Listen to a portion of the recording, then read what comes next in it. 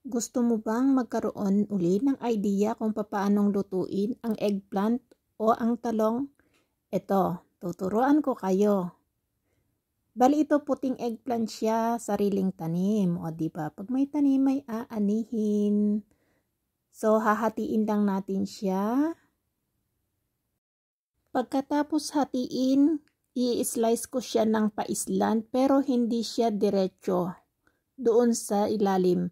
Parang half lang ang aking gawa. May tira siya doon sa pinakang ilalim niya para hindi siya maghiwa-hiwalay. And then, doon naman sa another side para parang mag-i-ekes yung ating pagka-slice.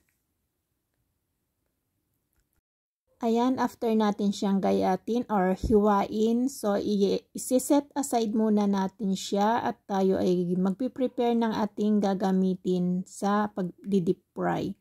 So meron ako ditong cornstarch at saka itong aking crispy fry at ang aking itlog. So bati na yan, and then yung aking crispy fry nilagyan ko na siya ng pamienta at saka kaunting asin para may lasa. And then, meron ako ditong yung sausage.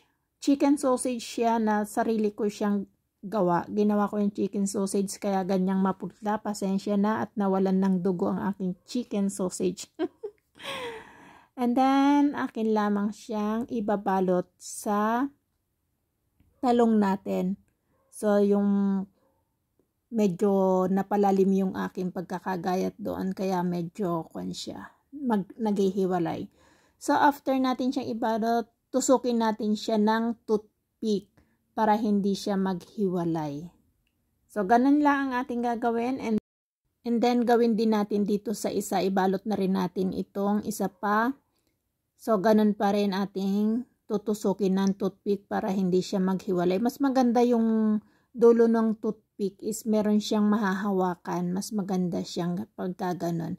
And then, ikinwan ko siya sa flour muna bago dun sa itlog. Bago ko pa siya isinawsaw doon, ipinagulong sa ating crispy fry. After natin siyang ma-coat, so tayo ay magpapainit naman ng mantika, syempre, at ating i-deep fry ang ating ikinote na talong.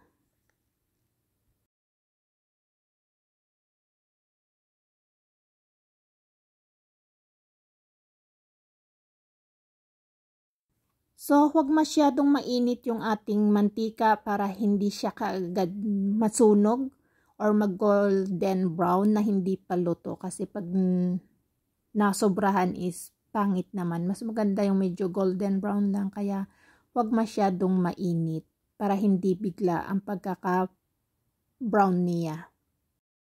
Ayan, okay na ito. Pwede na natin siyang hanguin kasi medyo brown na.